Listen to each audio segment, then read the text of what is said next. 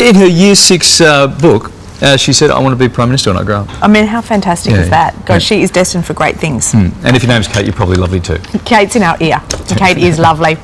Now, the families of 5 Aussie newsmen murdered by Indonesian troops in East Timor have returned to the island to open a memorial hotel. They say the project helps ease the darkness and sadness that they still feel 40 years after the killings. Nick McCallum reports from Balibo in East Timor now.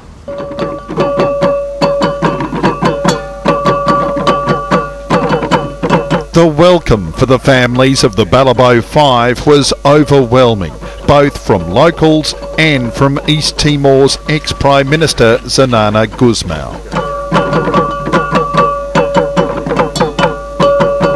When I know that people know and have not forgotten, I feel really pleased. So it's a joyous occasion for me.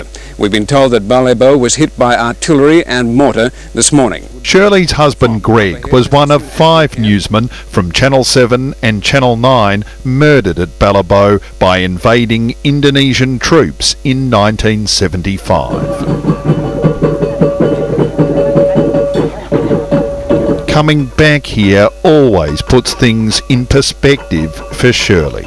This was an atrocity, but people don't seem to realise that genocide was committed here.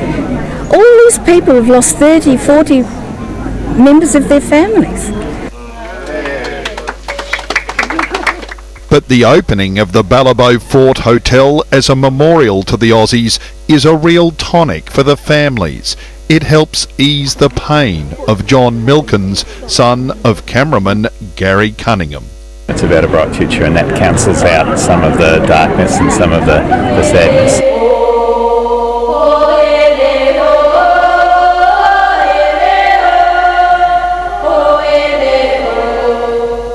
But this house, just 100 metres from the hotel, is all darkness and sadness for John. It's where the Balibo 5 were killed. On a personal level, it's very hard to walk into the room where your birth father was murdered, but it also gives me strength to look forward. He's furious the Australian Federal Police recently dropped a war crimes investigation into the killings. I'm ashamed of our government. I'm deeply, deeply disappointed. I don't want sympathy, I want justice.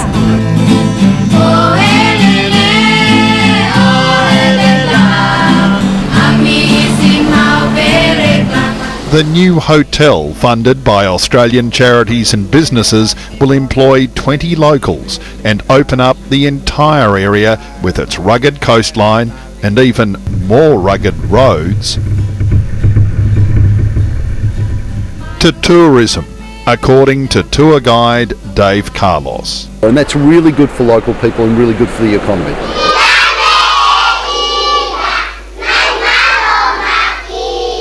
And that will give these kids the hope of a brighter future, all in the name of the Balibo 5, says hotel chairman Steve Bracks. I think it's a magnificent legacy for those reporters that lost their lives.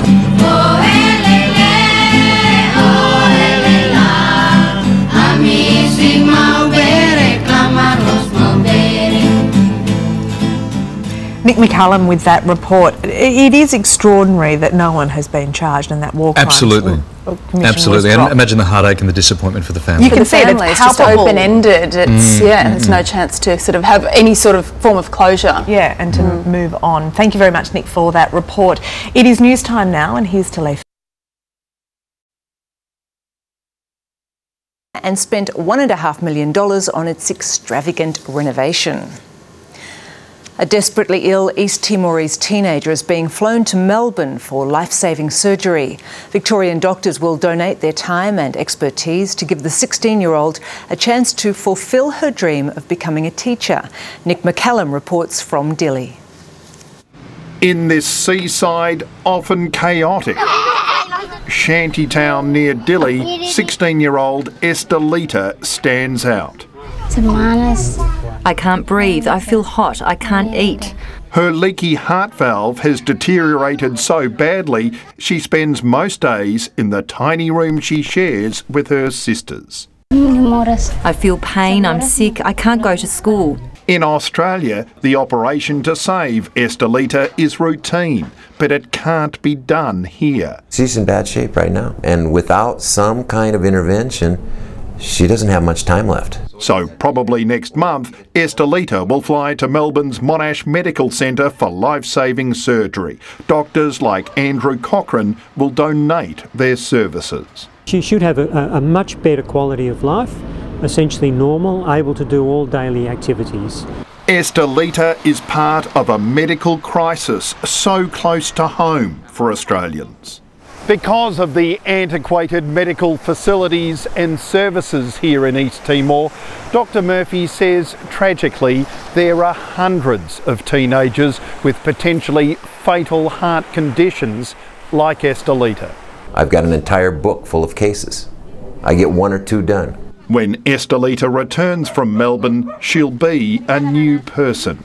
She will have a good heart and come back here to continue her studies. To chase her dream of becoming a teacher. Thank you. In Dili, East Timor, Nick McCallum, 7 News. Wonderful. Well, if you were seeing double in court,